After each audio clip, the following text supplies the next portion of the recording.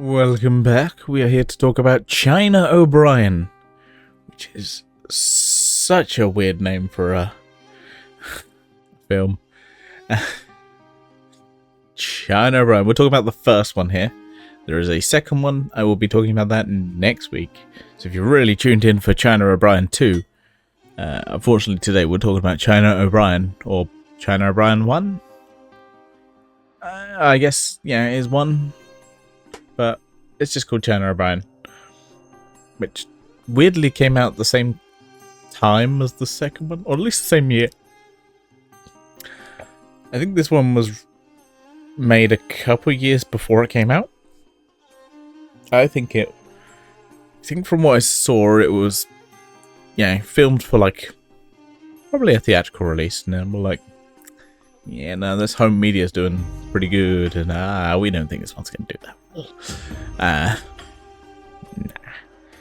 Honestly, I enjoy China O'Brien. It is it's pretty simple, isn't it, in a plot?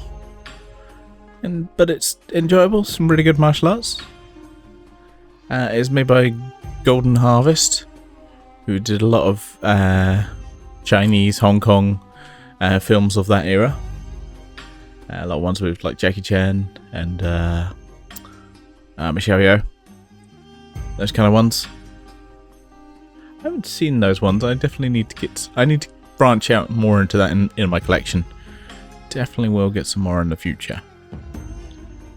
But yeah, China O'Brien is... Well, let's start with the plot. So she starts off as a... Oh, I've got to double check now because I'm like... I think she was a karate instructor. I'm like, I want to get the martial arts right. Just martial arts class. At least that's I'm going on Wikipedia. I'm going to go with Wikipedia for now. We'll go with that. Unfortunately, one of them challenges her, like, aha, but how did you do on the streets? And that guy kind of gets caught up, but then actual people basically started attacking her. And she basically ends up shooting a kid. Like a young adult. It doesn't say the age, but it just says kind of kid. A young boy who has a gun. And she's actually a cop with a conscience, surprisingly, which is rare, because she then resigns and basically goes to her old stomping grounds, back with her dad, who is also a cop. He is the sheriff. So she goes back there, and it's basically a town run by Evil McEvilson, who basically has everyone in his pocket other than, like a couple of cops. Well, there's only a few cops, but basically has everyone in his pocket. And we might get into spoilers here, so if you care, I'd say this movie is fun. It's a good martial arts film. Yeah, it's simple. It's could just pop it on in the background to relax with. That's what I'd say. It's enjoyable. But so let's get into spoilers. Sheriff dies, and then also the other cop dies. Not the deputy, but another one who is kind of loyal to the sheriff. Because we quite clearly know the deputy is not loyal. He is a prick. I immediately called it out and was like, I guess he's suspicious. Yeah. They end up dying, and we need a new sheriff. And for some reason in America, you have elections for these things. And so it's China versus random evil deputy. And basically, rigging of elections happen.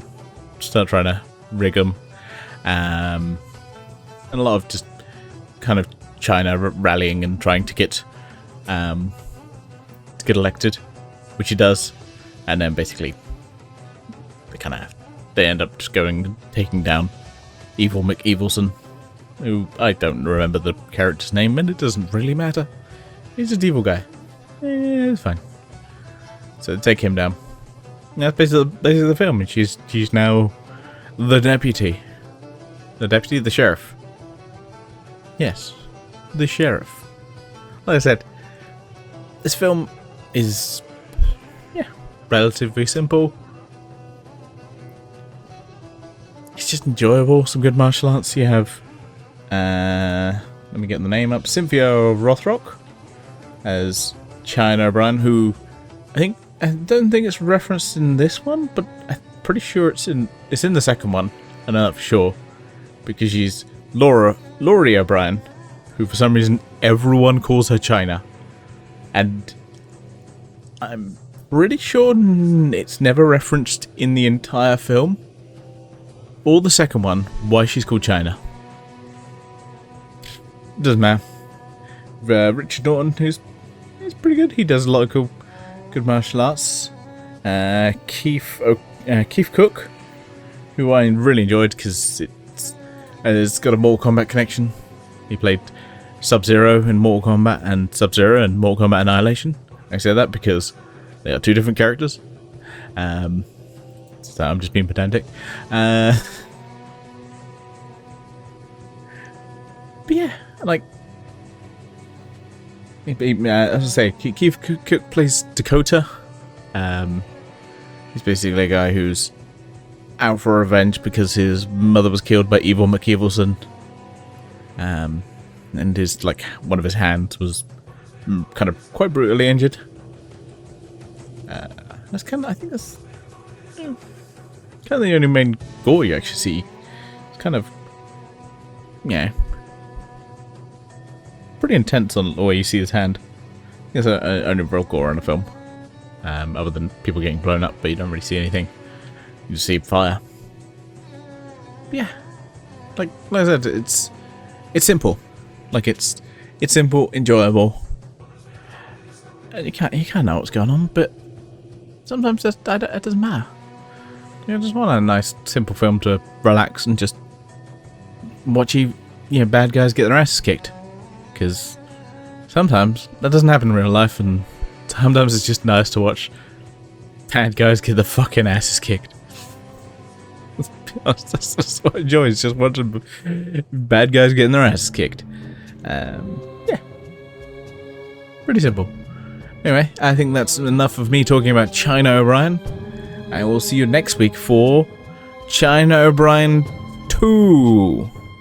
See you then.